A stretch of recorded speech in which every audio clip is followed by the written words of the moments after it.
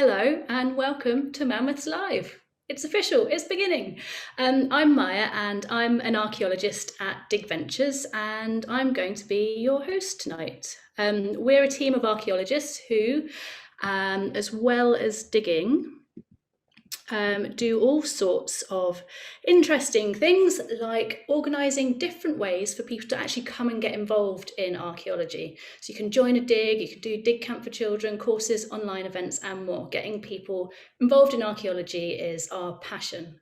And we were the team of archaeologists who led the excavations behind Attenborough and the Mammoth Graveyard. And tonight's event is for everyone who has seen the documentary and wants to meet the team, learn more about the mammoth discoveries and ask questions about what you saw. So this is going to be the first in a series of events following on from the documentary, which will include other events about other things. So tonight we're talking about mammoths, but we'll also be talking about flint tools in future editions and about Neanderthals and more as we go on. So if you want to stay tuned to those events and get alerts when the next ones are happening, then make sure you join our email list at digventures.com. But as I say, in tonight's event, we are going to be spending 90 glorious minutes talking about mammoths, what it's like to discover them, how we unearth them, and what they can tell us about the past and why they're so extraordinary. You're also going to get to see some of the mammoth bones that sparked the investigation and have a chance to see if you can identify some of them for yourself, just like an archaeologist. There's probably, I'll have to warn you, going to be a few mammoth jokes along the way as well. We'll do our best to avoid them, but I think they might just be a little bit irresistible. Anyway, here to help me tonight, we've got Ben Garrod, Professor of Evolutionary Biology at the University of East Anglia, and the co-presenter who filmed alongside David Attenborough.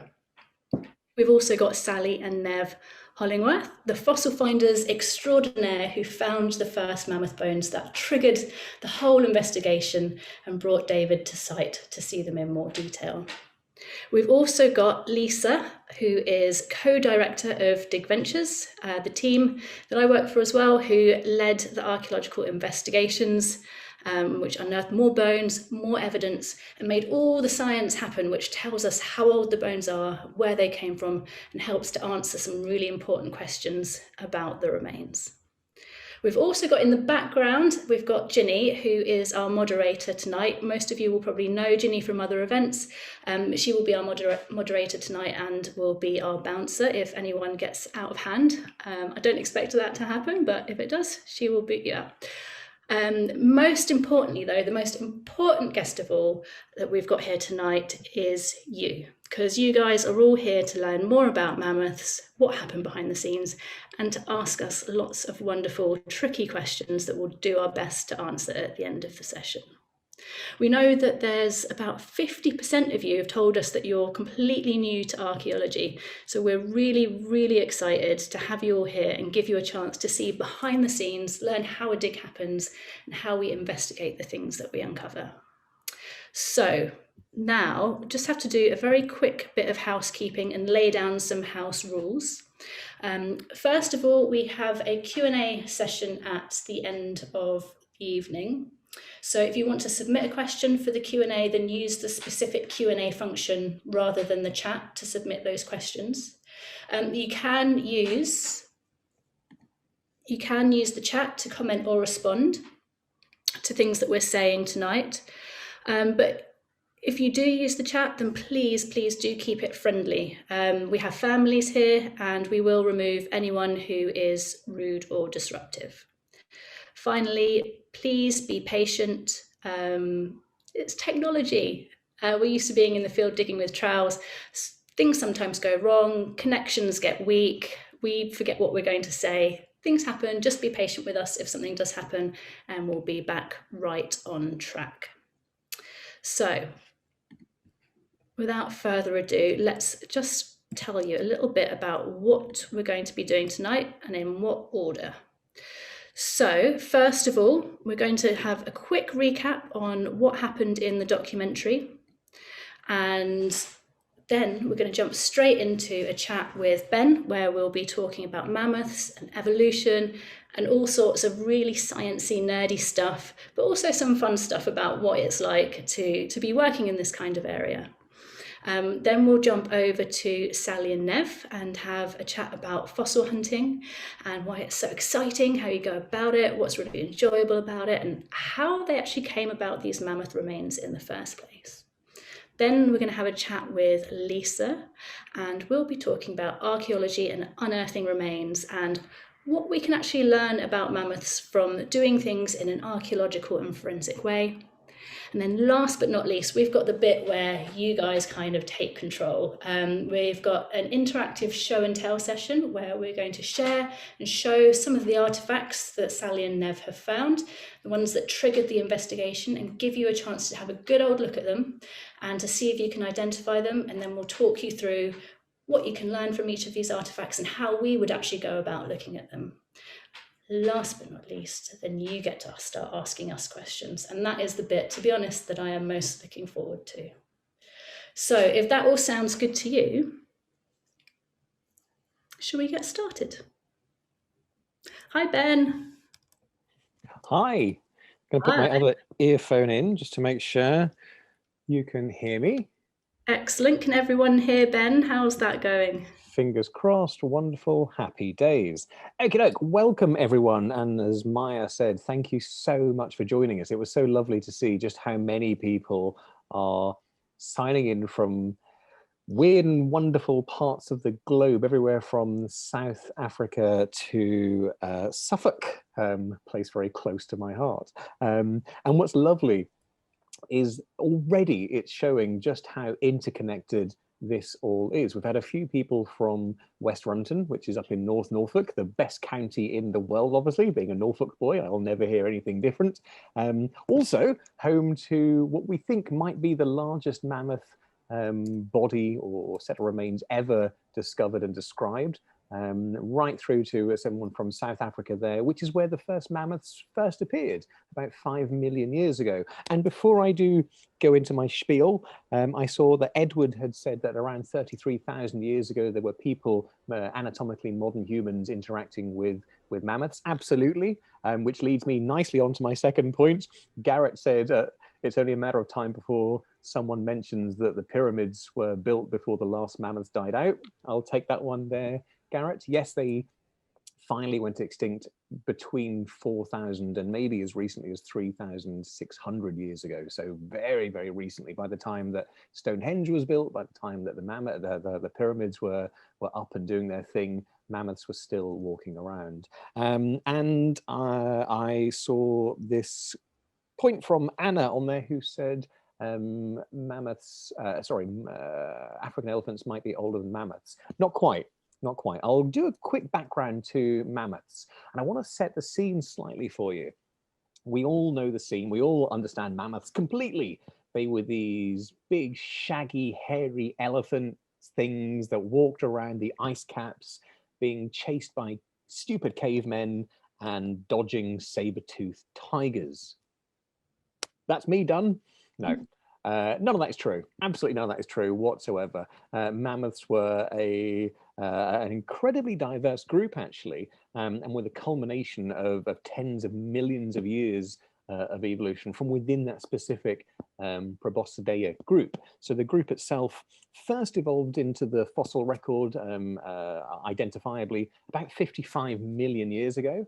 And they weren't identifiable as mammoths or elephants back then, but the group itself that would really evolve into the mammoth, the Gomphotherians, and the elephants really first started appearing and separated on its own pathway not long after the dinosaurs went extinct. Now that's obviously about 66 million years ago. Not all the dinosaurs went extinct, but it did leave a huge gap in the market, so to speak, for a whole range of other groups to jump in and exploit that. Now, mammals, didn't suddenly appear. They were doing very, very well through the Cretaceous. But this disappearance of this large group of large-bodied animals, the dinosaurs mostly, allowed them other groups such as the mammals to exploit and then diversify different ecoregions and different habitats around the world. We think, as far as we are aware at the moment, they split from a sister group called the Sirenians, so things like manatees and dugongs, the sea cows, and they started diversifying very, very quickly. Often we look at things like what are they called? The American versions, the mastodons. They split from mastodons, sorry, about 25 million years ago. So although they looked very, very similar, that split where they went down their own evolutionary path and become distinct happened around 25 million years ago. The first true diagnostically identifiable mammoths, though, were from about 5 million years ago and were ironically from a very warm part of the world, even then, in southern Africa. So we saw these African proboscideans. They were identifiable as mammoths. We don't have the fossil evidence to see whether they were hairy or especially hairy, but judging by the climate at the time, we don't think they were much hairier than something like an Asian elephant, for example. They definitely wouldn't have been shaggy coated woolies by any stretch. We then saw a diversification around the world as far as China and the Siberian steppes, right through to into Europe and into the Americas as well. So it's a very diverse group. And at the moment, we have about 10 species that we've identified, or taxonomists and paleontologists have identified from the fossil record, ranging from the very, very large steppe mammoths, which were the largest of their group, weighing up to potentially in excess of 10 tons and potentially around 14, maybe even touching the 14.5-ton mark. And if any of you are ever around North Norfolk, please go to West Runton. And I know Louise is in the group somewhere watching and listening, and go to the cafe at West Runton and go and look for some mammoth remains yourself. I did a talk a few years ago with the Norfolk Wildlife Trust and asked kids to bring their fossil finds, expecting ammonites and belemnites and things like this. The amount of kids who brought in mammoth ribs and vertebrae absolutely blew my mind. That whole part of the coastline is littered with mammoth material and other large herbivore material at different stages across the year. So we saw this diversity of mammoths in different habitats in different parts of the world. But as I started by saying, they were these big shaggy things that lived in the Ice Age. That is only true for a certain period of time, because within the UK, we did have different species of mammoths. But the Ice Age itself, as many of you will hopefully know, wasn't a one diagnostically identifiable period of time that was the same throughout. The Pleistocene, as it's otherwise known, was a highly variable time. Some stages were as warm, if not warmer, than we have today in terms of quite mild climates. Quite temperate as well, right through to huge levels of glaciation. And we saw this backwards and forwards cyclical series of stages that would have affected the people and other species of plants, animals, and everything in between across our shores and right across Europe as well. And that was reflected within the types of mammoths and the morphology, so the physical attributes of the mammoths we saw as well. Now, around about 1.8 million years ago, a new kid on the block turned up. These were the steppe mammoths. These were these big giants, first evolving over in Siberia. And we did see them in the UK. As I've already said, we saw them in North Norfolk. The one from West Runton dates to about 700,000 years ago, found by the wonderful Margaret Hems and her husband in the early 90s. Sadly, Margaret, for those who knew Margaret, passed away recently. So a huge loss to us locally, but also within the mammoth community. She was a bit of a legend there. Margaret and her husband found an 85% complete mammoth up in the sandy cliffs in North Norfolk. These were giant animals, weighing, as I said, in excess of 10 tons, the largest mammals ever to walk in the British Isles. But the ones we found date from much, much later. We'll come on to that story later with Neville and Sally. They were much, much smaller than we would usually anticipate with something like a steppe mammoth, because over time we saw this species become smaller, and we think that's more than likely a reflection on changing habitats. As things became colder, as things became harder, as resources became depleted, it would have affected the species itself. So we saw changes not only between species, but within species over time as well. I don't want to go on too long because I'll waffle on all night, as you can probably gather, but that whole trope of stupid cavemen lugging a stone tool around, hopefully or haplessly chasing mammoths with saber-toothed tigers running around. First of all, there's no such thing as a saber-toothed tiger. Never existed. We had saber-toothed cats, but never saber-toothed tigers. A whole range of different species there, including the very enigmatic and iconic Smilodon. We had scimitar toothed cats in the UK as well, so a whole range of different felids as well. And as for those idiotic knuckle-dragging cavemen, it's one of the worst tropes in science that we have. These were articulate, clever people, cultured. They created music. They made flutes from the wing bones of vultures. Absolutely incredible. They made their own art. They had community, they had culture, they buried their dead in specific ways that reflected their local environment. These were articulate, clever people with, actually, from a biological perspective, a brain case larger than our own, so significantly larger brains than us.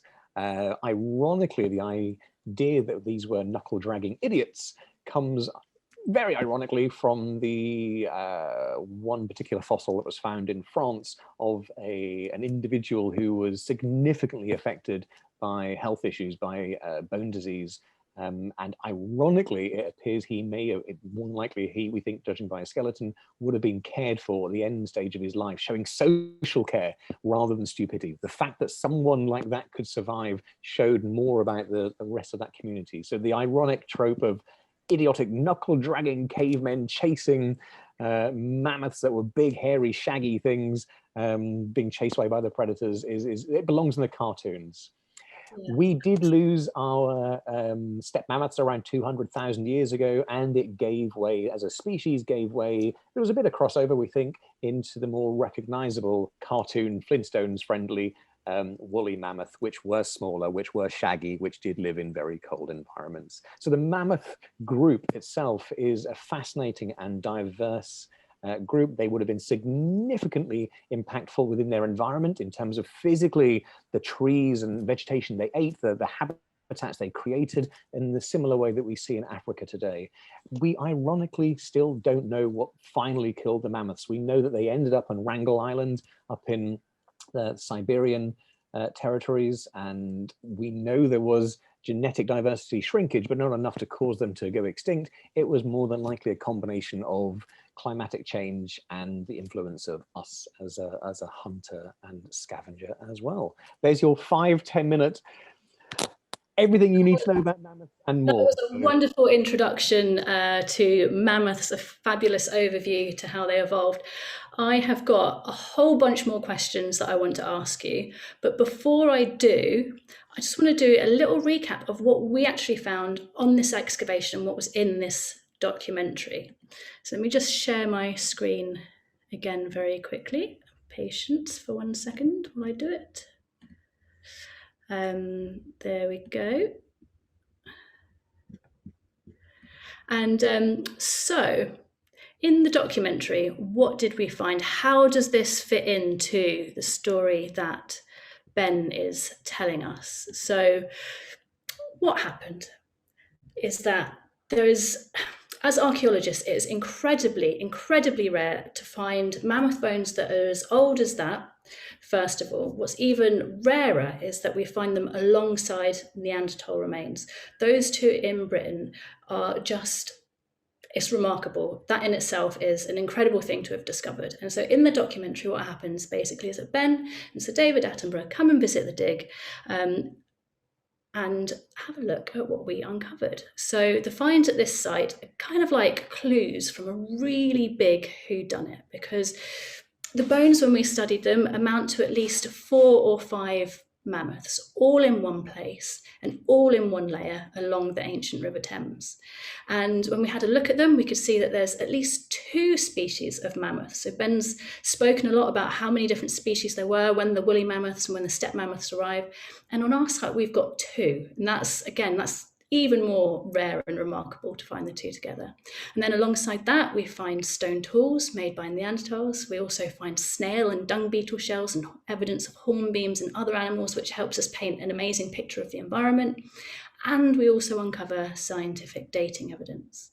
So in the documentary, the big questions become, why were all these mammoths in one place? Did they die of a disease, a flood? Were they hunted? Did a juvenile get stuck in the mud and panic the group, and then Neanderthals come and take the opportunity to hunt them?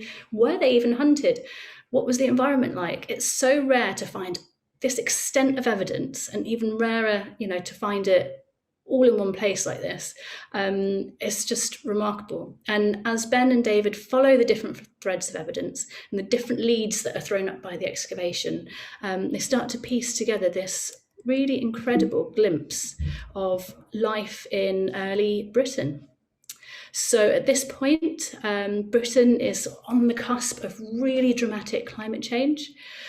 It's still temperate, and it's still occupied by Neanderthals who are fully immersed in living in the wild as part of nature and living alongside mammoths. And as Ben was at pains to point out, they weren't stupid. They were really, really smart. They had culture, they had tools, they looked after each other, and they were living in this harsh environment. And it's just really wonderful to see some of the recreations that were included in the documentary of them. We have so little evidence, as I say, from this time of what was happening. How were the Neanderthals living at this time? How were mammoths living at the time? How did this climate change start to affect them? And I think one of the most remarkable moments for me in the documentary is when Lisa and Ben, and I think Sally and Nev and David and Josh are all sitting around, and they're looking at the stone tools, and they're saying, the last moment that someone sat in that spot with a stone tool in their hand was 200,000 years ago, with a dead mammoth lying just over there. And those were some of the last steppe mammoths to live in Britain ever. That may have been some of the first woolly mammoths as well, and also almost certainly some of the last Neanderthals to live in Britain before the next cold snap, using those flints to butcher the mammoths whose remains we've found. Of course, whether or not they actually hunted those mammoths requires more evidence, and so as I say, it's a really big whodunit, and we still need to do some more work to find all of those answers. But Ben, I want to come back to you and ask a couple more questions. Because you are an evolutionary biologist, but also a primate conservationist, and you're usually out doing sort of quite different things, maybe looking after chimps and helping them to survive, but also studying all sorts of animals and their evolution. So why is it, from your point of view, that you think mammoths are so interesting? Yeah, you kind of put me on the spot a little bit there, Maya. I kind of focus on evolutionary biology because I'm that annoying kid at the buffet who can't quite decide what they want to eat. So I have a little bit of everything, and I'm fascinated by the natural world in the same way that so many of us joining this event tonight are. And I couldn't ever focus on what I wanted to do. So was it bones? Was it conservation? Was it chimps? Was it marine life? And I've had all these areas of expertise that I wanted to follow and go down. And I realized actually I didn't need to choose. By studying and focusing on evolution, pretty much my argument is always, if it evolves, it's my territory. So I can play with that area quite nicely. In terms of why mammoths draw us in, a couple of people I see in the Q&A and the chat function have asked why mammoths are called mammoths, and a couple of people have alluded to this. Garrod did, for example. Did Garrod do? Someone did. They were originally thought to be these underground, subterranean, burrowing monsters that terrorized antiquity. Imagine living in a society where you thought not only earthworms and moles are underground, but these 10-ton big burrowing buggers with tusks that would occasionally turn up. They have absolutely inspired us as a species for thousands of years, at least in written history.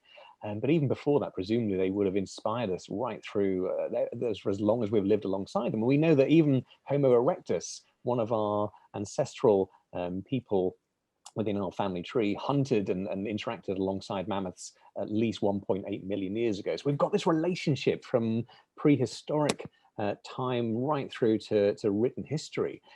And I think they inspire us. We call them charismatic megafauna, as long with other animals, big animals as well. And there's something inspiring about them.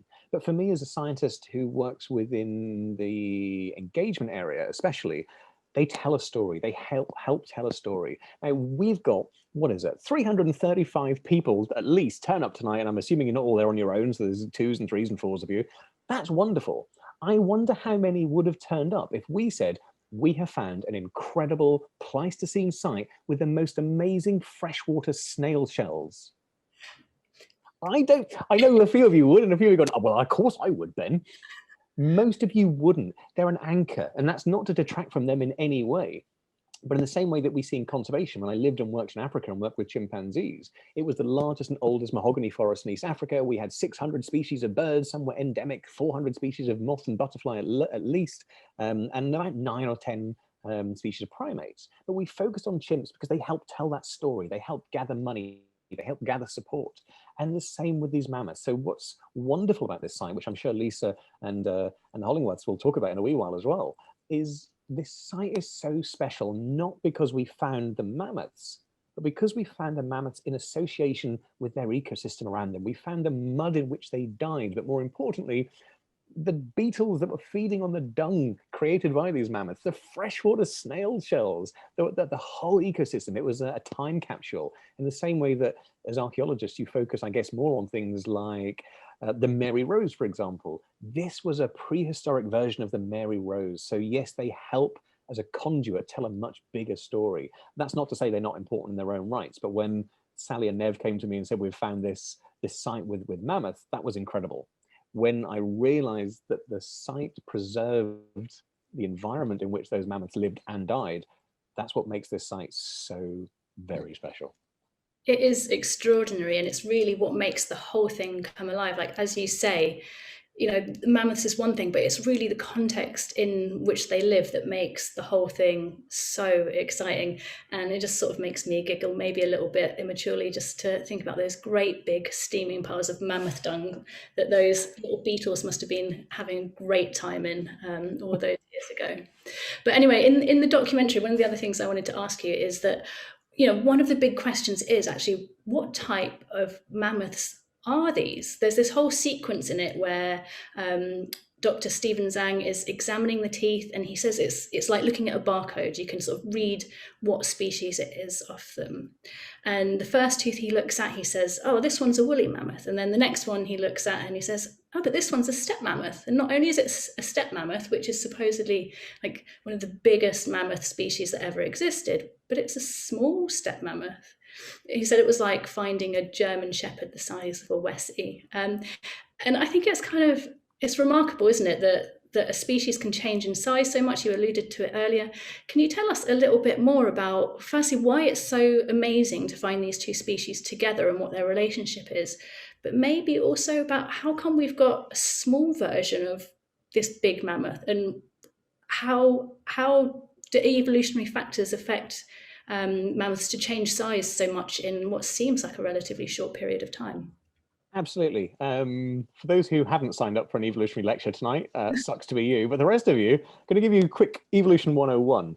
Every species, you have a lifetime as an individual, and I'm hoping it's all long and fruitful for all of you there, but each species has a lifetime as well. And it might be as much as 10 million years or so in which that species is around. And on average, they last for about 10 million years, most species. They come up, they do their thing, and they disappear quite naturally. Extinction is a natural event for every species, ultimately. Not always a good thing at the wrong time, but however, it is a natural part of a species' life. And if you imagine this pen as a timeline for any species, imagine the steppe mammoth. And a couple of people have mentioned this, is why I'm mentioning this now in the chat box. When you look at the lifetime of a species, if you take that middle point, that's the most steppe mammoth that mammoth will ever be. That's when it's honed it. That's the middle of that bell curve. It's found its way in life. It knows exactly what it's doing as a species. It's found its ecological niche, and it's been honed, it's been crafted. That's perfect. If you look at either end of that, you see this wonderful series of transitions that are very often start to appear. So yes, it's a steppe mammoth, but it's got elements of what it was before. And we see the same thing at the end sometimes. So this wonderful little gray area, was it definitely steppe mammoth, or was it the start of a woolly mammoth? It's really hard to tell. I'll let you into a massive secret. Nature doesn't do labels in the same way that we do. We love labels. Is it a moth or is it a butterfly? there's no actual real distinction. There's a real big grey area between moths and butterflies. And in terms of species can't breed successfully, so many species can breed successfully and produce viable offspring. There are even different genera, the level above species, which can successfully reproduce and make viable offspring. So nature doesn't like labels. So when you look at a species and it looks a little bit like that, but it's also got elements of that, that's just nature doing its thing. It's wonderfully like this developing a piece of clay, but it never quite sets. It's being tweaked and changed and added to. And for those who do crafts at home, you're never quite happy with it. There's never a finished product. You can always tweak or add or change things. And I've got artist friends who still add to an oil painting 20 years later. That's evolution. That's nature. It's tweaking things and changing things all the time. So this idea that the mammoths we had were smaller versions of the one from West Runton, for example, well, they were nearly 500,000 years after that individual we found, well, originally was found at West Runton. That's 500,000 years of climate change and the influence of people and the biological environment around it changing and tweaking it and honing it. And overall, that species became smaller. And we don't, as I said earlier, don't fully know the reason behind that, but that's just nature. We see the same thing with Darwin's finches. It's classic. We know the story of Darwin's finches in the Galapagos. Each island had a different series of influences, different food resources, for example, and it influenced the shape and morphology of those bills of those finches.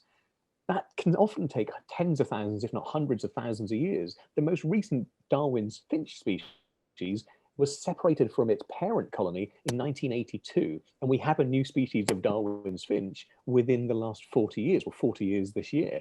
And it can happen really rapidly if the environment's right. So this idea that our mammoths were smaller and there were elements that confused and perplexed and amazed us, including Steve and a few of the others from the Natural History Museum and other areas, isn't a reflection that we don't know what's going on and it's confusing us. It's a reflection partly that nature is in a constant state of flux, and also highlights the importance that every discovery we have might fill in a missing gap. It's like this wonderful jigsaw puzzle of an infinite number of pieces, and every single piece, it might be a corner piece, it might just be a piece of blue sky, in which if you happen to find a little ammonite on the beach, maybe it's nothing, but it might be something that helps us develop our understanding or fills a gap in our knowledge. And that's why this site is so important. So it seems to be, without giving too much away or being too definitive yet, it seems that we've got a population, as you said earlier, Maya, that were right at the edge of the lifetime of that species, and they seem to have been changing, transitioning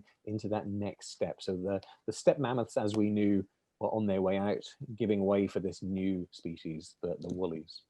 Yeah, I mean, I think that's one of the things that I love most about it, and from looking at these mammoth remains, is the idea that there might possibly have been two that overlapped, those two different species. They might have sort of almost rubbed shoulders. And we often ask ourselves as archaeologists, what was it like when Neanderthals and modern humans lived alongside each other, or could see each other over on the horizon, and blimey, what must it have been like for those mammoths being like, that's a small mammoth over there, or is he just really far away? I can't tell. But I think it would have been a wonderful moment in history to observe. Anyway, you did make a point of saying we shouldn't be just chatting about evolutionary biology all night long, as fascinating as it is. So I did something rather cheeky, which is that I went on to Google to have a look at the most common questions that people ask about mammoths. And I thought it'd be kind of fun to see how many of them Ben can answer. So I've got a selection of them here. Let me just get this going again. And some of them are surprising and funny and just downright strange. But Ben, I think we've probably covered, do mammoths still exist? No. Do they respawn? I don't know what that means. Like salmon? I've got visions of huge herds of mammoths swimming up a river to just lay. No, I don't know what respawn means in that sense. No. Do they trumpet though? We don't know. We can't be there to listen to them. I would say that the morphology of the skull, including this honeycomb-like structure within the skull, allowed the potential for them to have done that. So I can never definitively say, yes, they 100% trumpeted. There's nothing to have stopped them. We know they lived in herds. We know they ranged across large areas. there's nothing to say they didn't. I would find it incredibly weird to assume that suddenly modern elephants started trumpeting. Yeah, there's no reason why they didn't. I would, if I'd have jumped back 2 million years and seen a bunch of mammoths, and even 200,000 years ago, I would assume that our mammoth would have been trumpeting to each other, and also more importantly, actually communicating through infrasound as well. So making these very low frequency rumbles that would have gone through their bodies into the ground, communicating over long distances like that as well, probably. Oh yeah, because when we think about elephants today, they're among some of the most socially complex animals around. So mammoths must have had some way of communicating with each other beyond waving their trunks around and so on. But next, my favorite question of all of them: do mammoths sleep upside down? Where did this question come from? What is it even about? Ben, do they sleep upside down? Yeah, no, they didn't. This idea came from Ice Age 2, a wonderful animated film a few years ago, because an elephant raised in the film was raised alongside some opossums or possums. So no, elephants did not sleep upside down in trees. Sorry. Right. Well, I'm not gonna ask all of these questions because some of them are a bit absurd. But one more question from this list: do mammoths eat meat? If not, what do they eat? So really nicely, and a couple of questions I've seen again looking at tooth morphology, so the structure of teeth. They have these wonderful ridged teeth, and mammoths, like elephants, went through a certain number of series of teeth throughout their lifetimes. And different species had different numbers of ridges across their teeth. They're almost like the soles of shoes or good old walking boots, and actually ground their teeth together as they choose a very high fiber material. Different species ate different things. Some ate cactuses, from very dry, arid environments right through to sedges and more herbaceous things that we would have seen in the UK, for example. To be an animal that weighed in excess potentially of as much as 10, 12, 13 tons, you need a lot of material, and you're not getting the best quality stuff there always. But you need to be able to digest the hard to manage fibrous material, and in order to do that, you need to break it down as much as possible. So some mammoth teeth actually weigh, from certain species, weigh in excess of 4, as much as 4.5 kilos. So you're talking 4.5 big bags of sugar. These were heavy duty, solid things that were grinding against one another and had different levels of mineralization. So would have worn down at different rates to make sure that wear pattern kept rubbing against one another. And occasionally you'll find the little sliver that looks like a sole of a shoe washed up on a beach or eroded from a cliff, and that'll be the remnant of a tooth plate left over from a mammoth that was getting rid of those teeth as well. I have to say, I think teeth are probably one of the most interesting bones in the body, and to find whether it's human or mammoth or anything, they contain so much information. I think we'll come back to that a little bit later. I don't want to give too much away. But thank you, Ben, for answering so many questions. If anyone wants to ask Ben more questions about mammoths, then please do start dropping them in the Q&A function, and we'll pick up on those at the end. But for now, we're going to move on and say hi to Sally and Nev. Hiya. Hi. Hi, everyone. Hi.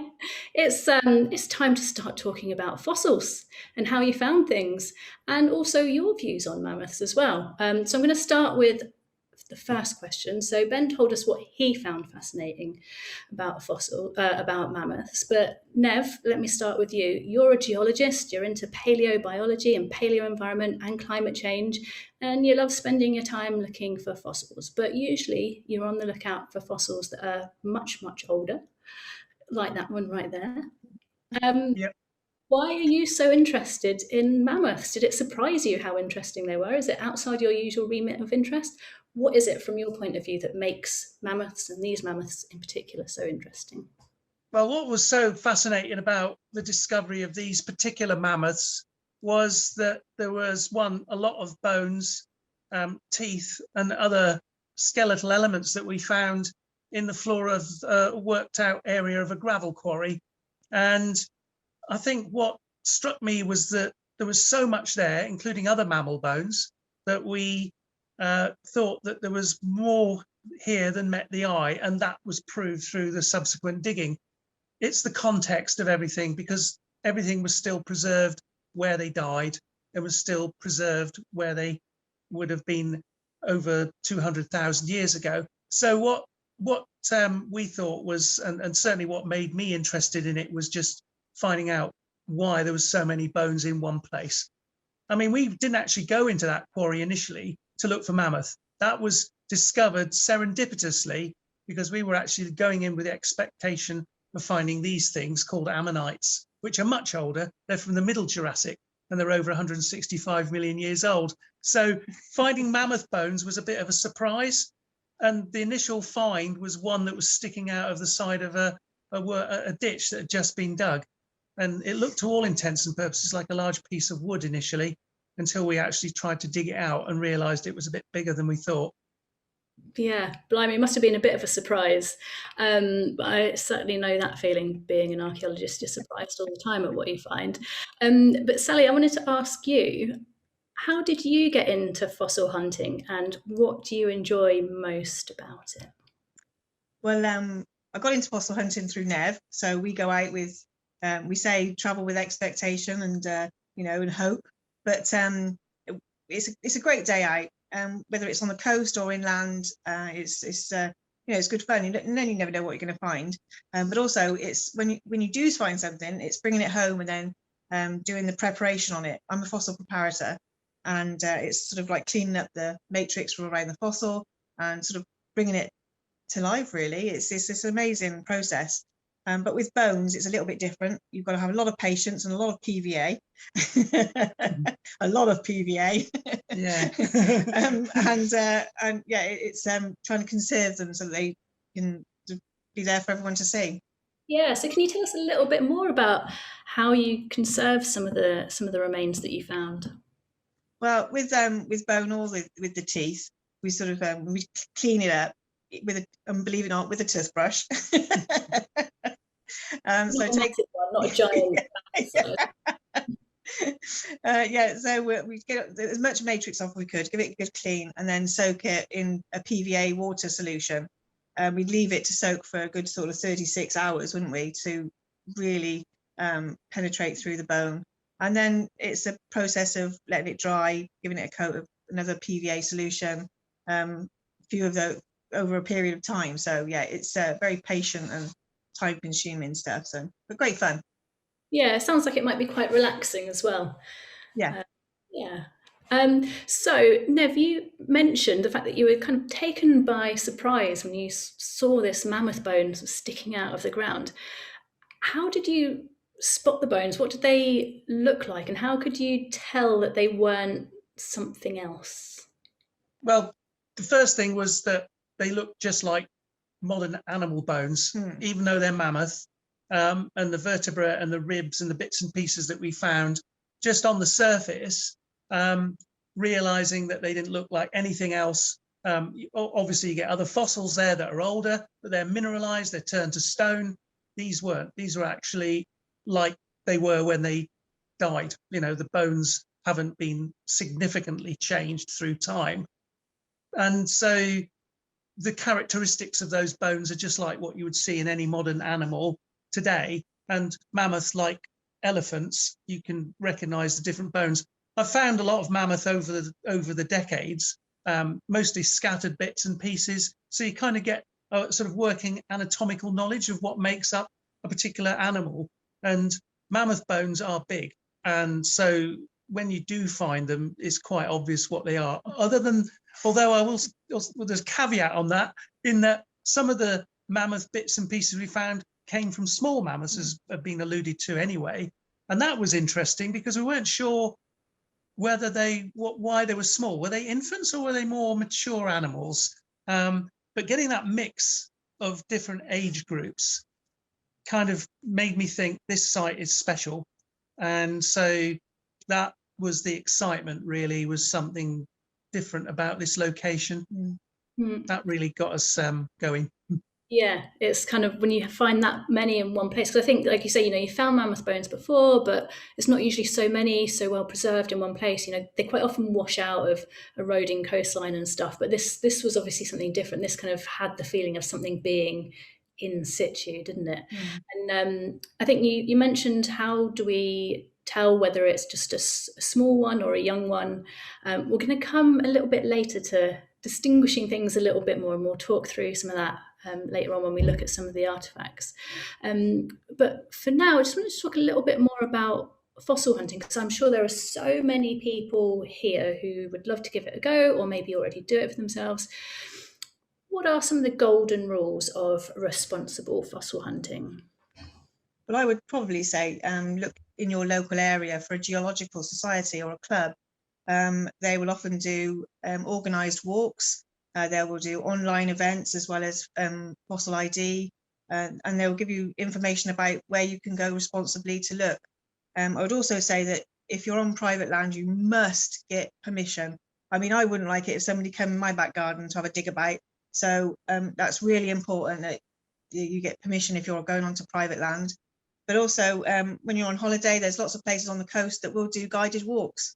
You know, have a look around. There's Yorkshire and Norfolk and Dorset, obviously the Jurassic. But there are places that will do guided walks and tours for fossil hunting. And the other thing, of course, is the gravel comes out of some quarries. Have a look on your gravel drive.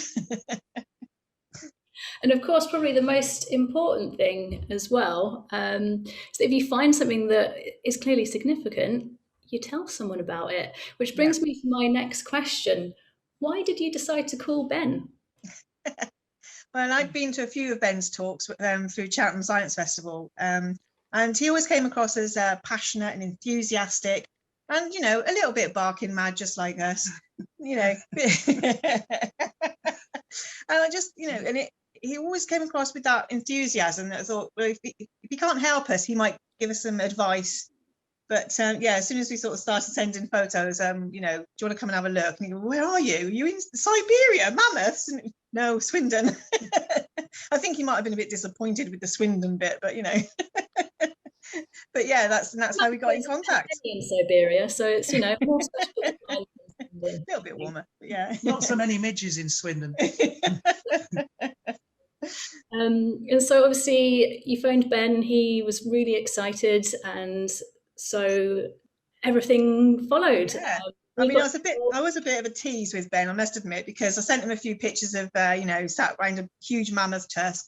And then I said, look, you know, here's our phone number. If you want to get in touch and have a chat about it, Nev can tell you all about the geology. But we have found something else which sort of, you know, changes the story a little bit. But I'll let you know if you want to call us. And then when he phoned and I sent him the picture of the hand axe find, I think he fell off his chair then, and he said, yes, I'm coming, I'm on my way, I'm on the train. Because there's that link then, wasn't there? It was a game changer. It was a complete game changer.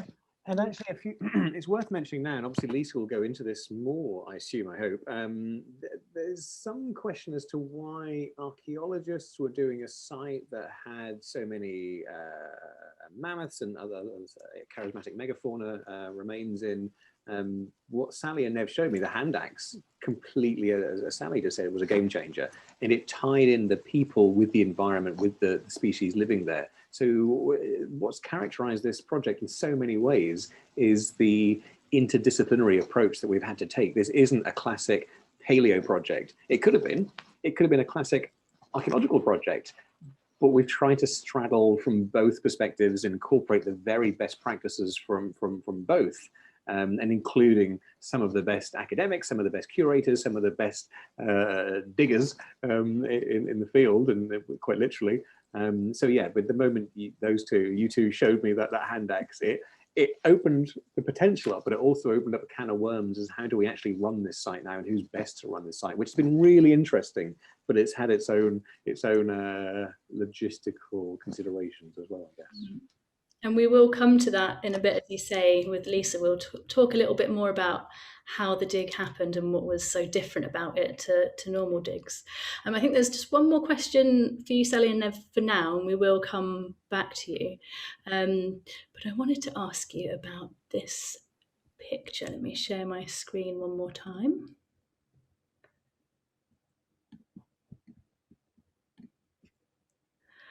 So this wonderful moment. David Attenborough walks into your home and sees what you've found. Can you tell me about that moment? What was it like to have Sir David Attenborough in your house, and for his reaction, his response to what you found to be to be that strong? We were behind net curtains at the time, so they wanted to catch David's reaction as soon as he walked into our home. So that was the first time we'd met him too, is when the doorbell rang and we're like, "So David Attenborough is at our door." So David Attenborough is at our door.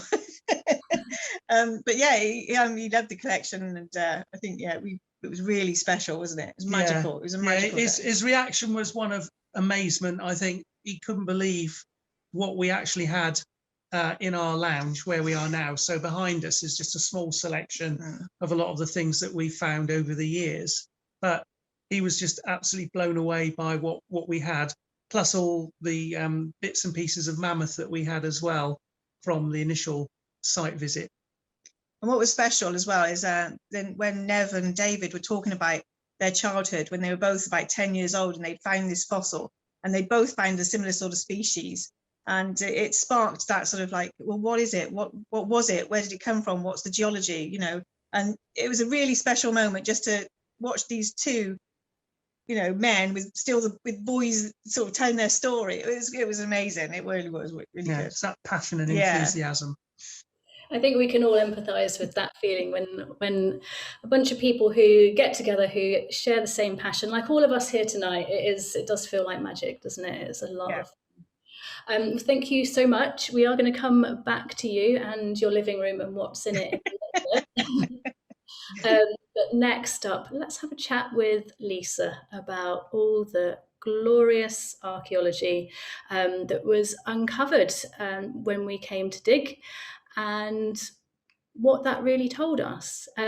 So as we segue into this next section, I just wanted to ask everyone in the audience to imagine for a moment. Imagine that you are an archaeologist and you've been called in to excavate a site with loads of mammoth remains, and you're in the process of revealing a huge mammoth bone in the dirt. What is the first thing that you would decide to do? Would it be A, to take a photo? Would it be B, to do a little dance? Would it be C, to pull it out before it dries out? Or would it be D, to cover it up again for safekeeping? I'm hoping that after our little chat with Lisa, you'll all know what the correct answer to this question is, and that you'll learn a little bit more about archaeology and the process of digging up mammoth remains. So, hi, Lisa. Hi. Hiya. Thank you for joining us and for being here. Obviously, we've asked Ben why he's so fascinated in mammoths, and Sally and Nev why they're so fascinated in mammoths. And as we've mentioned, archaeologists are usually more interested in human remains. So from your point of view, why are you so interested in mammoths on this site? Well, because I'd never done it before and never really expected to do it before. And also because the opportunity really to look at that relationship between the stone tool and the mammoths, that was what really got us to the site. You know, had it just been mammoth remains, I don't know if we would have felt differently. I've never really asked myself that question, but I still have the text. So Sally and Nev texted Ben or spoke to Ben, and he went to site. And then I got a text from Ben, which I can't share because of the language, but he was very impressed. And so were we, and, you know, certainly he was stunned, and his messages to me reflect that. And when I had a look at the material, Brendan, and I had a look at the material, we were both like, this is unbelievable. And also, as we were saying earlier, the context, the actual sediments, the dirt, the stuff around it, almost untouched, some of it, and finding in situ environmental remains from this period, undisturbed, where the landowner is like, yep, go to town on it. It just never happens. And so it was just the combination of all of those factors, the extent of the faunal remains. I've never heard charismatic megafauna before, but I feel like I need to steal that and use it for something. Well, the band name, doesn't it? The band name, yeah, for sure. The combination of all of those things and just the state of preservation for how old they were was what really excited me. Nothing against mammoths, of course, but, you know, it was the bigger picture, really, that was. And, you know, I think that came across really in the documentary. I've been seeing some comments in the chat that people want to hear more what it was like behind the scenes. You know, where was the Natural History Museum? Where was the British Museum? Where were all these big players that you would expect to see? across a site like this. And as Ben, pardon me, was alluding to, first you have to dig it. You have to get the stuff out of the ground so that all of those experts can have a look at this stuff. And that is a very difficult logistical question, especially when the things you're looking at are 5 meters underground and the site is constantly flooding and you have to pump it. You have to, it was muddy. There was a lot going on. So, we did have experts from all of the places that you would expect as a part of our wider team, and everything that we've uncovered will be duly looked at by the people who are building those big research designs and conclusions across the country. And, our job was really like, how do we best take this puzzle and untangle it of the bones and the tools and the sediments? Where was this river channel going? Why were they in the certain area of it that they were in? And I think the documentary did a good job of answering at least as much as we know for now. And I think, maybe if people want to know more specifically about sediments and boreholes and how we did that, we could probably do a whole event about that, because it is fascinating. And that is one of the questions I'm going to ask you about in a minute. Well, breaking news, I just spoke to Keith today, and I've warned him already that he's going to be doing one of these. So it's happening. Yeah. We're going to get really geeky about gravel and snails and muds and all Yes. But I wanted to ask you quickly, so as we've mentioned, you're an archaeologist, and for an archaeologist, this site and these mammoths are really old. Like, they're 100 or 200 times older than what we'd usually dig, Bronze Age remains or early medieval monasteries or the stuff that we usually dig. What is so different about investigating a site like this that is firstly so old compared to those other sites, but also kind of so rare? It's a really good question. We felt an incredible sense of responsibility. What people might not realize is that these remains are not covered by planning conditions, right? So realistically, the quarry owners don't have to let us dig them. They could just cover it over, turn it into a silt trap, and it's gone, and our opportunity to research that is also gone. We were very lucky that Hills Quarry Company, the landowner, I'm sure with some gentle urging from Sally and Nev, were very, very interested in allowing us the time that we needed to do that. So, I'm kind of speechless, like trying to remember that first day going to site, being like, how is this going to happen? Really, we have to be so careful when approaching a site of this age, because the context is so important, and even the tiniest details, as we've seen in the documentary and as is coming out in the lab now, can be the most important. The sediments that the bones and the tools are lying in will have told us their age. The reason that we even know that this all happened as one event, that the tools came from the same time period as the bones, which was one of the questions in the chat, is because of the layers that they were in. And it's not necessarily the bones or the tools themselves stylistically or in terms of DNA or whatever that's helping us date it. It's the techniques that we've used and the ecofacts we've retrieved from the soil that have been giving us both the relative and the direct dating. So as you saw in the documentary, we used OSL. We've also done some associated dating with some of the species that we found, the tiny things in the soil. But before we did anything, we had to build basically a 3D above ground and below ground model of the site. So the drones went up, we had that 3D aerial photogrammetry, the boreholes went down, we had the geological model and the terrain model.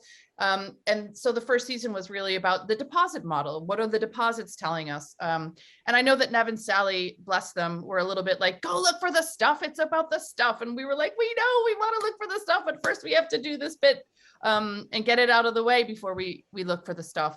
So we understand why the stuff is so important. That's going to be my next question is, what is the process for doing a dig and where do you start? But I think you've answered it perfectly, like by trying to understand what is really there before you start digging things up, because sure, you could excavate the bones and focus on the bones, but what's in between them is just as important. But coming back to the bones, what happens when you find a bone? What do you have to do? How do you get it out of the ground?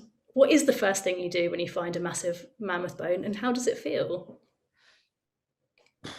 Well, the first thing we did when we found a massive mammoth bone was call in a specialized conservator. There are people who spend their lives stabilizing these bones, and particularly of as great antiquity as the bones that we found at Cerny Wick. you know, the tusk gets treated a little differently. There are special conservation substances that need to be applied to that immediately. One of them is called paraloid. But you know, these items were wet. You know, they were very wet, and the reason why they're in such great condition was because they were so wet. Similar to Must Farm, you know, similar to Vindolanda. A lot of these sites where remains are waterlogged, it's doing us as archaeologists a huge favor. So our biggest job really was to keep them wet. I mean, we still have things in the office, you know, in secure storage offsite. And our job right now, whilst we're in the process of having them looked at for cut marks, for other evidence, is to make sure that they stay environmentally stable. We have all kinds of sensors and stabilized environments and stuff that's helping us do that. It's all so fascinating.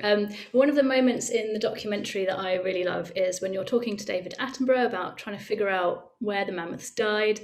You know, did they die somewhere else and then get washed up here? Did they die where you found them? And as you've said, you know, it's the sediments that are really going to tell us and how they lie and stuff. And you honestly sound like a detective or a forensic scientist in a crime drama. Did you feel like you're in a crime drama? And is it in any way similar to being a forensic scientist trying to unpick this kind of evidence? Yeah, because the order that things happen, that sort of sediment model is very, very important. The process by which this site was formed is what's going to help us with the whodunit of why so many mammoths were there, what order they went in, you know, how it might have happened.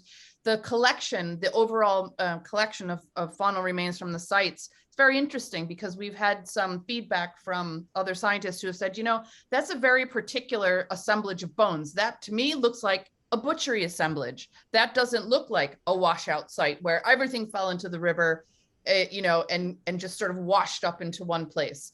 And, you know, given the sediments that we found the bones lying in and their state of preservation, they really haven't been knocked about. They've still got some of the knobs on the ends and the other features, for example, the wings on the vertebra that you wouldn't expect to see if they had been washed out. I mean, these bones fell by the side of the river and they stayed there. So that really was one of our biggest clues as to what might have happened there. And, you know, the sediments that they're in are very, very fine grained.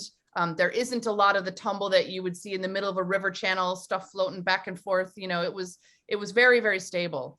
So I do feel a little bit like a detective, but what I love is that I've got that, you know, bat phone line to so many specialists who can tell me so much more, even from the tiniest details. And, you know, we sieved everything, you know, we're taking things down to the tiniest degree. And, you know, there were microliths coming out. A lot of the tools, you know, the smaller tools that we found were spotted whilst we were in excavation, but one was in the sieve. And, you know, this is the reality of a dig like that. You have to, it is exactly like a crime scene. Everything matters. The way that it's laying in the ground matters, whether it's 1 centimeter or 2 centimeters from something else matters. And it's very painstaking. It's not at all, I don't think, the same kind of archaeology as any other kind. You wouldn't necessarily see that on you know, a normal day's work as an archaeologist in this country. Yeah, it's funny. It's until you start asking such specific questions as like, did all the things die at the same time in this particular place?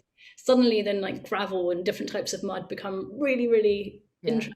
And I'm so glad to hear that we'll be doing another event with the geoarchaeologists. Oh yeah, and we're gonna get the flint guys out too. I mean, I could nerd out on the flints and the different styles of the flints and what one might be indicated versus what the other might be indicating. But as someone has pointed out in the questions already, flint isn't a naturally occurring material in near Cerny Wicks. So we know that the flint that's on site there is either a manuport, meaning it's been brought there by human beings, or hominins, I should say, or it's washed in. So what have we got here? Have we got evidence, you know, of the hand axe having been used and then dropped, or did it tumble in? The stone tools were, the smaller tools were in perfect condition and not so far from a bone. That's why having the bones looked at more carefully, which is in process now, is really important, because the marks that we're seeing on them could equally be cut marks, which means there is a relationship, or they might be evidence of trampling, which then tells us a little bit more about what happened at the moment that the bones were deposited. I mean, there's all kinds of questions now that are just waiting for a microscope. And I think on that note, we should get ready to move into the next section of the evening. But before we do, what is next for the project? Yes, the big question. So eventually the bones will be going to a museum. We are talking to Bristol, who have already agreed to take the tusk that we excavated in, and hopefully the rest of the collection. I know Hills Quarry is interested in exhibiting some on their own property. That's also in discussion. We will be digging again. I know that's the big question. We will be digging again. And we're working out the schedule. You know, as I said, there's so many specialists and they're all incredibly in demand. So we're doing our best to get that going. And there will be opportunities for people to hear more about what's happening and when we're going to be back in the field. And as you were saying, you know, sign up to the newsletter so you can come to the rest of the events when we talk to the future specialists, but also that will be how we notify people of when we're in the field again and what the potential is for visiting maybe, or coming along to see the dig. So exciting. And I can't wait to hear a bit more about the next round of results that we get from the analysis that's currently happening. Me too. So much to look forward to. So much to look forward to. But now we move into the part of the evening where we give you guys at home a chance to look at some more of the mammoth bones and remains from the site. So the remains that we're going to show you are ones that Sally and Nev found when they were first out investigating the site.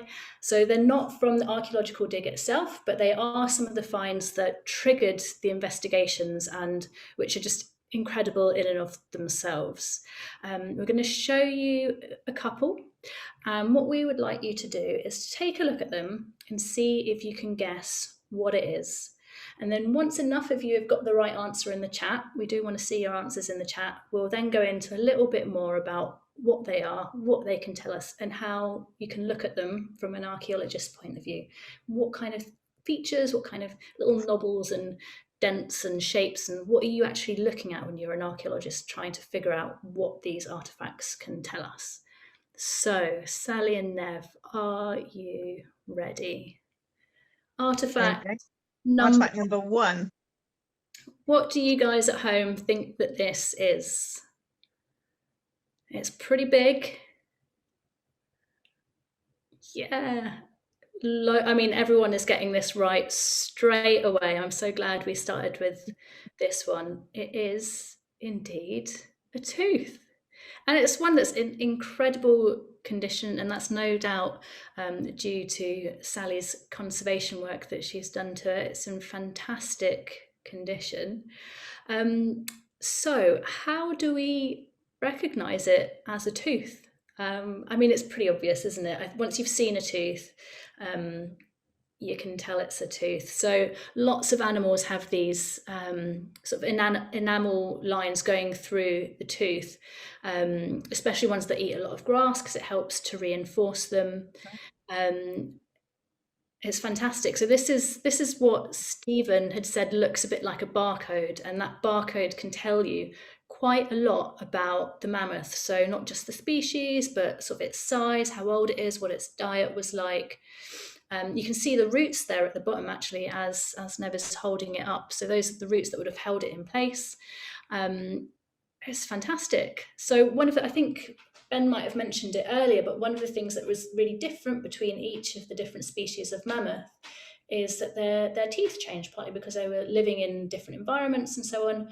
But I think that the earliest ones only had like between 8 and 10 dental plates, enamel plates in their molars.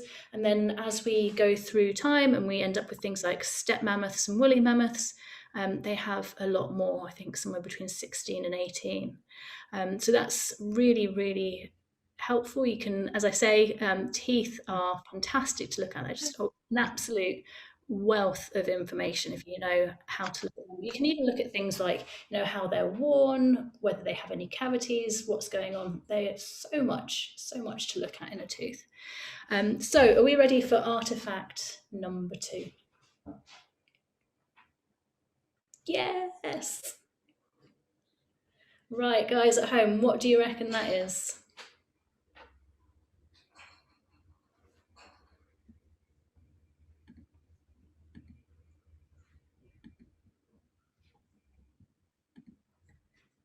You're all incredibly sharp. Because I thought there might be at least one person who would think it was a unicorn horn or a mammoth claw. But no, you're all absolutely right. It is a tusk. But it's not just any old tusk, is it, Sally? No, that one's from a baby or an infant mammoth. So it's quite a sad find, really, because you're not just finding adults that might have died naturally. There's a different story to this this find. So yeah, it's quite sad, but yeah, it's a baby's tusk. It was only 4 or 5 years old. Yeah. Oh, and that's interesting that you mentioned that, because again, a bit like teeth, tusks are just rammed with information.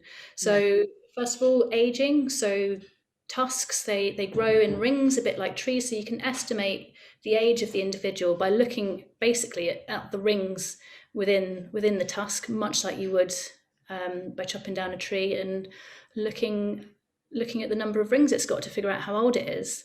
You can also look at the shape, the size and shape of it, which can tell you whether it's male or female. I think with steppe mammoths, males had kind of more spiral shaped tusks and females were slightly straighter. So you can look at the tusks and try and figure out actually, was it a herd of mainly female mammoths? Was there one male among them? What was the composition? What was the population? What were the demographics of these individuals like? And I think one of the things actually that most fascinates me about tusks, I was reading a paper about someone who'd been looking at the chemical fingerprints in mammoth tusks. So they'd taken a sample from each of the different rings, so basically one sample from each year that the mammoth was growing, and they'd plotted the chemical fingerprint for each of those rings to build up a map of where the mammoth had actually travelled as it was growing up and during its lifetime, which I think is just incredible. And if we could do something like that with our mammoth tusks and literally build up a map or like a trail of where they'd been over their lifetime, it would be fascinating. Did they just live around Swindon, or did they travel like a lot of elephants do today? Like they travel miles and miles, they migrate across huge areas. That would be a fascinating question. As if they go like the roadworks of Swindon and the roundabouts. Yeah, they may not have made it past the magic roundabout. This mammoth could have travelled as far afield as maybe Southampton or Bognor Regis, but it's this unfortunate juvenile never made it very far. We think probably sort of the local area. But there we are. Yeah. Fascinating though. So what about artifact number 3? Can I fit it in the screen?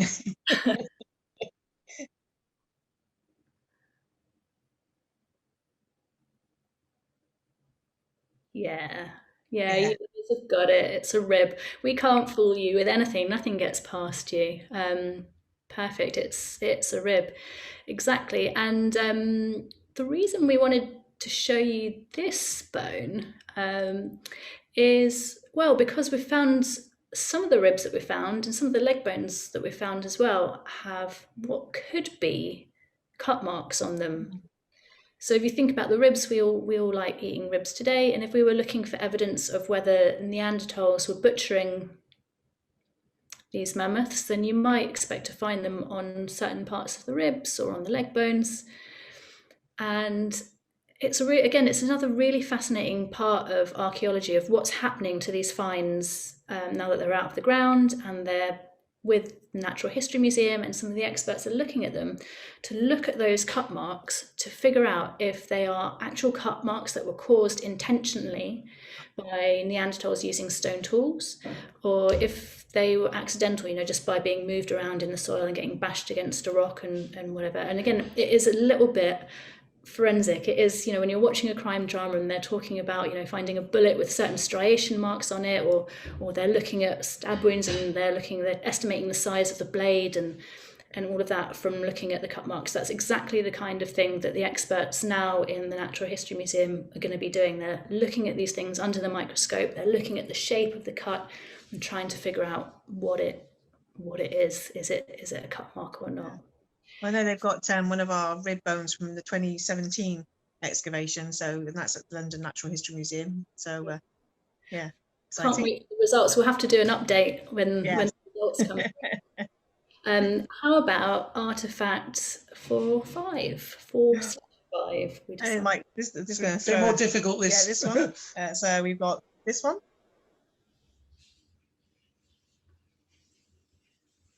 And we can give you a clue if you spotted it in the program.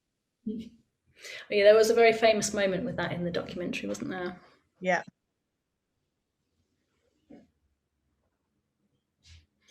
Yeah, they're getting it. They're getting it. From what though? From what animal? Jawbone, yes, but from what animal?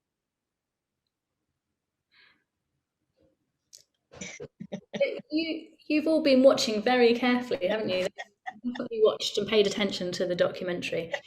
Correct, that is a bear's jawbone, and Yeah. it's wonderful because it shows us, what other animals were living alongside these mammoths.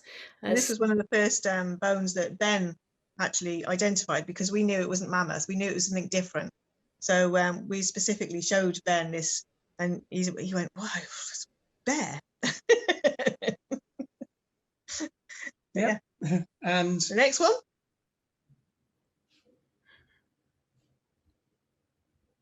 Oh, people are taking a little bit longer to guess that one.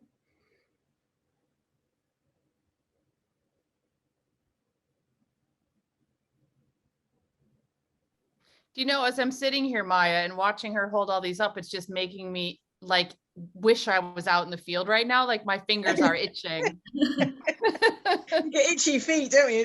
Yeah, Want yeah, to get me wellies on? yeah. All right, I think the majority have got it. Was there the animal? People feel. yeah, It's from a steppe bison. Yeah, it's the lumbar vertebra. we think. Yeah. So we've got steppe mammoths and steppe bison, and I don't know, Ben, maybe you can answer this question. Is there a reason they are both called steppe mammoth / steppe bison? Like, are they from the same area? Do they come from the same place? Yeah, so again, as scientists, we have different names for similar things. So my example I always use is the great white shark. It depends where in the world you are, but they're called white death, the white pointer, great white shark, the white shark. It has a different name depending on where you're from. And they're just the English names, or some of the English names for it. It only has one scientific name, Carcharion carcharius. And we have the same thing with these animals. So the classic example here, the Irish elk, these huge elk with these 9 foot long or 9 foot wide antlers. And the idea is that they were these Irish living relatives of deer. There's no reason why they're called Irish elk. They were right across Eurasia and until quite recently, but it seems to be certain areas become synonymous with that. So it's a long way of me saying they were steppe bison and steppe mammoth because they were plentiful up in the Siberian steppes in the middle of Europe and Eurasia. They were plentiful. The bison, there was a whole range of steppe something. It didn't mean they were tied to those places. We never had steppes in the true sense in the UK, but they were the same animals that you would have found had you gone in the middle of Siberia. So it's a slightly misleading term, which is why I'm always in two minds of the common names we use. So yeah, a nice way to think about this would be that if you were in the middle of Swindon and then you transported yourself to what's now in the middle of Siberia, you would have seen those same species roaming around on those long sort of open tundra and those classic steppes as well. Fantastic, thank you. All right, so we've got one more artifact to show you all. I think you'll find it pretty easy to identify, but we couldn't resist. We couldn't resist getting this one out for you to have a look at and inspect a little bit. So drum roll, please. Our last artifact of the evening. What is this?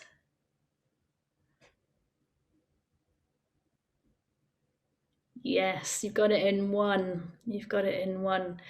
And Sally, I've got a question for you. Yes, so this is the hand axe that really made the whole site pop. This is the moment where we're like, okay, we have mammoths and we have Neanderthals in the same place. Can you tell me, when you run your finger along the edge, is it still sharp? Yeah, there's still the serration. But for me, the goosebump moment was when I first held the axe in my hand. I saw the glint of the chocolate flint in the sunshine, picked it up and held it in my hand, and it just fits. And for that moment, you're thinking, I'm the first person, the first human to hold this since whoever dropped it. Isn't it? It's like, why did they drop it? Were they running? Did they just discard it? Were they being chased?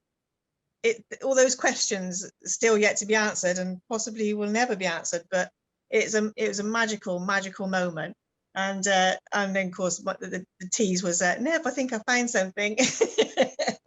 Yeah, I can't say what I said first on screen, but yeah, it was absolutely incredible, that find.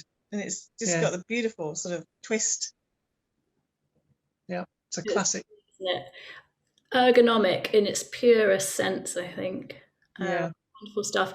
And as Lisa alluded to, hopefully we'll do another event not too far in the future that is looking specifically at the flints that have been found and how we what we can learn from them.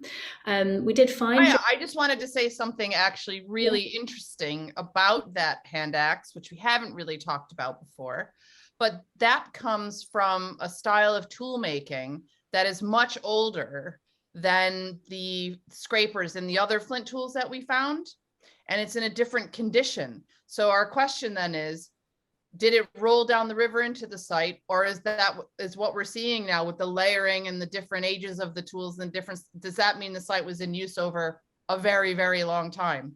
And so that's yet another one of the questions. Archaeology does that, doesn't it? It leaves you with more questions than answers, at least if you're doing it right.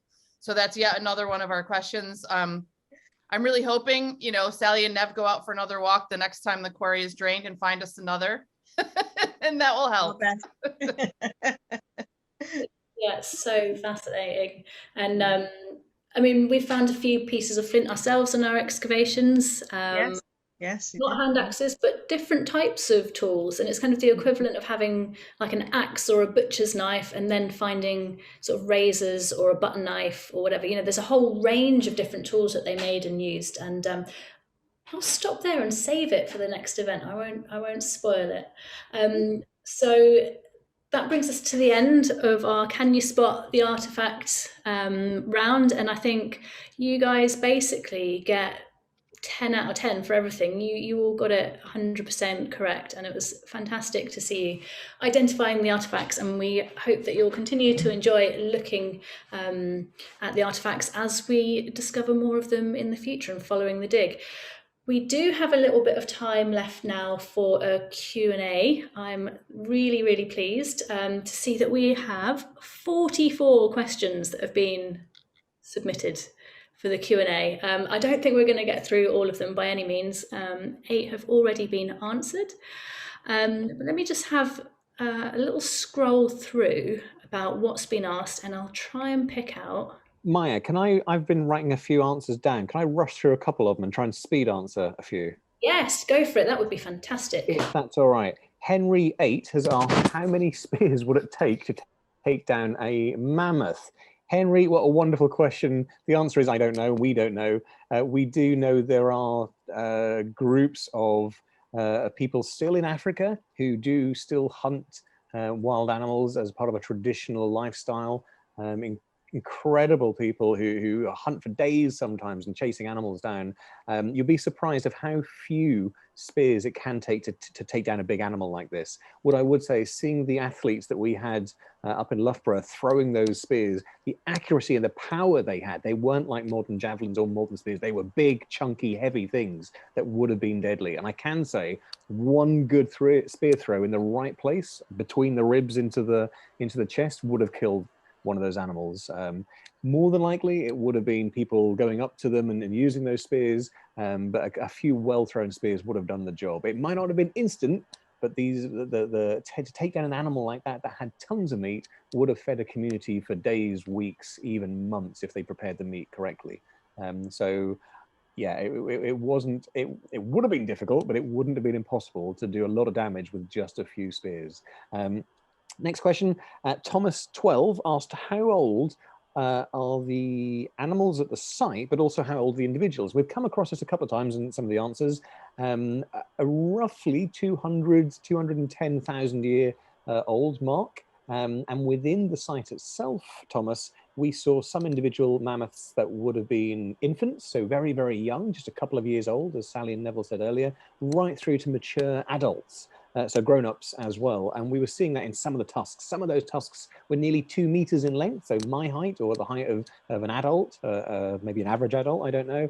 And some of the tusks would have been much, much smaller. Another question that somebody asked, how do you know as to whether it was a dwarf population or just juveniles? You can look at the aging of certain bones. So when human children are born, we have about 300 bones in our body. And by the time we hit 21 to 25, it reduces to about 206. It's a loose average that we use there. It's not because those bones disappear suddenly. We're not careless and we don't lose them, but individual bones will often fuse into one single bone. And we can see that through fusion of those bones, in some of the adult remains that we have here, they weren't adults, they were just smaller. Another question we have is, Christine asked about species lifetime. That was an average that I said earlier, the 10 million year mark. Some species last and last and last for tens, if not hundreds of millions of years sometimes, with minimal changes. There's a horrible term called living fossil, which no biologist really likes. It's a terrible phrase. However, things like horseshoe crabs, although they have changed species across the last 300 or 400 million years, or however long they've been around, or a couple of 100 million years, it's not changed very much. So some species just do really well. The trilobites are another very good example of some species last for a very long time. But that 10 million year mark is an average for many species. Leslie asked about coexistence of species. You often see coexistence, so there might have been steppe mammoths alongside woollies, and those slight differences that confuse and perplex us taxonomists and biologists would have been enough for those animals to have lived in slightly different areas of the same habitat, or maybe even lived side by side, but ate different things. And if you want a good example of that, look at the Serengeti or look at the Kalahari or any sort of big open arid environment in Africa, where you get things like Gerenuk, these long-necked antelope right next to kudu and topi and dik-dik and all these wonderful different herbivores, not including the giraffe and elephants and rhinos as well. So you get this coexistence, which is allowable because of these slight differences. Liz asked about elephant infrasound. It's generated at about 20 hertz, and we know it can travel in living elephants for at least 5 kilometers and maybe as much as 10K. So you're talking maybe as much as 5 or 6 miles. And it's this very deep, imperceptible to us in many ways, rumble that's going through the ground and through bodies, which is partly shown in their morphology. I had longer, I'd tell you more about that as well. So long distances as well. Garrett asked about whether these bones are fossilized or not. They're not fossilized in the true sense. So some of the stuff that you could see behind Sally and Neville are true fossils, especially you talk about Cretaceous and Jurassic stuff.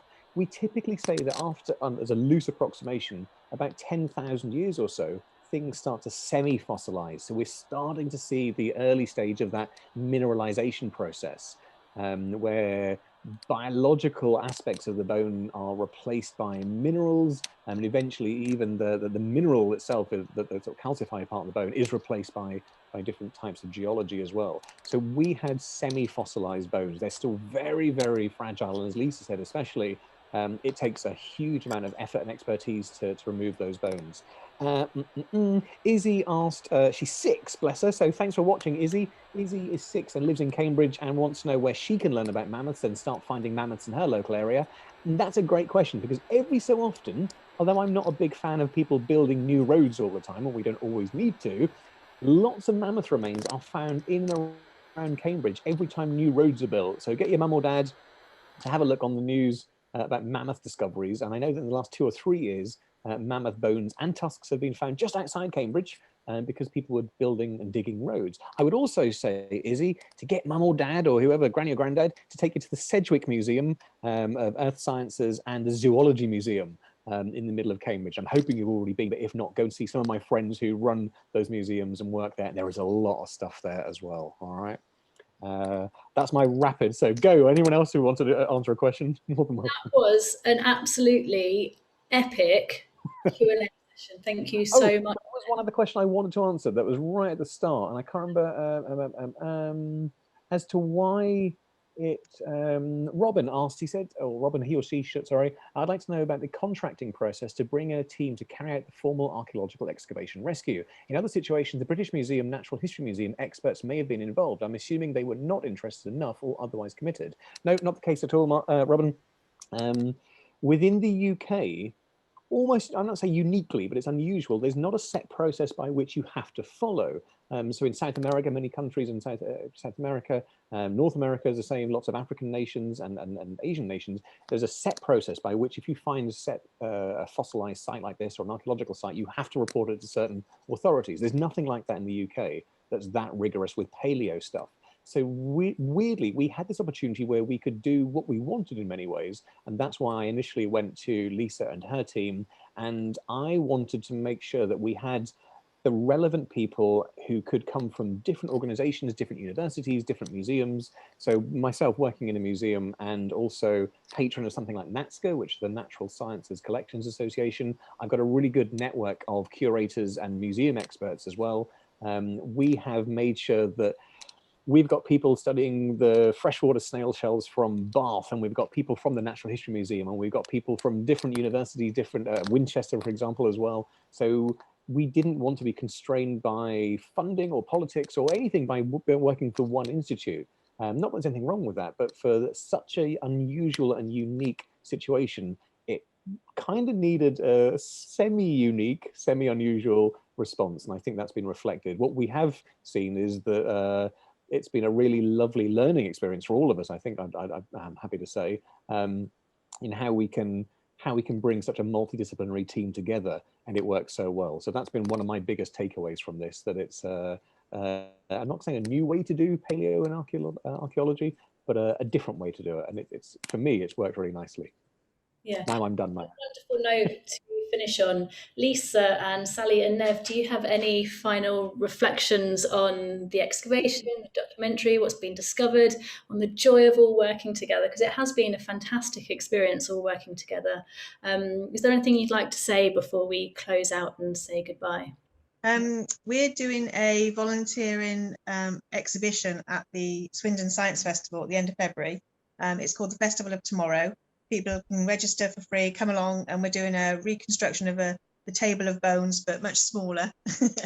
But yeah, they're welcome to come along and have a chat to us, and that's 25th and 26th of February.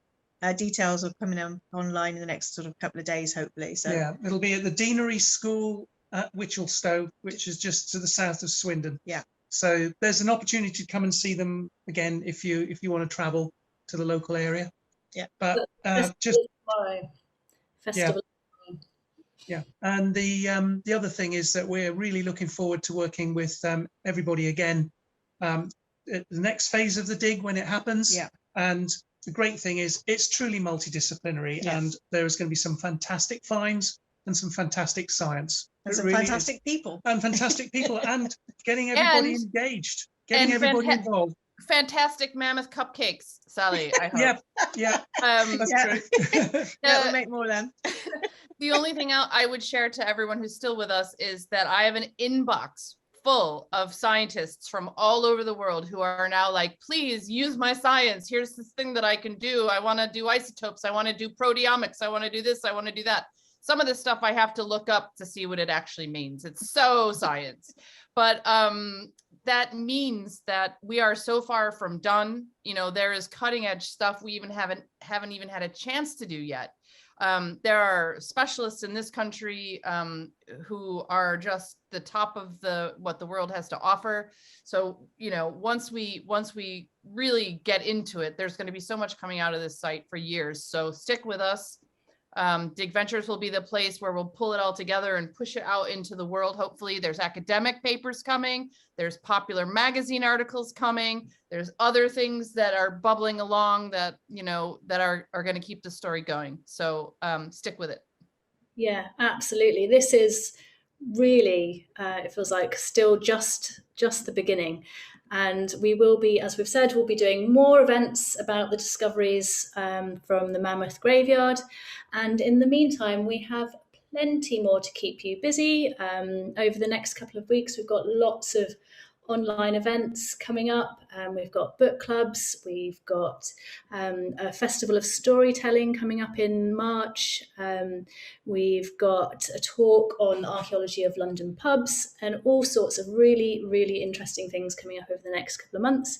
And if, like a lot of you are asking, can I come and do a dig with you guys? Can I come and learn about archaeology? The answer is yes, yes, you can.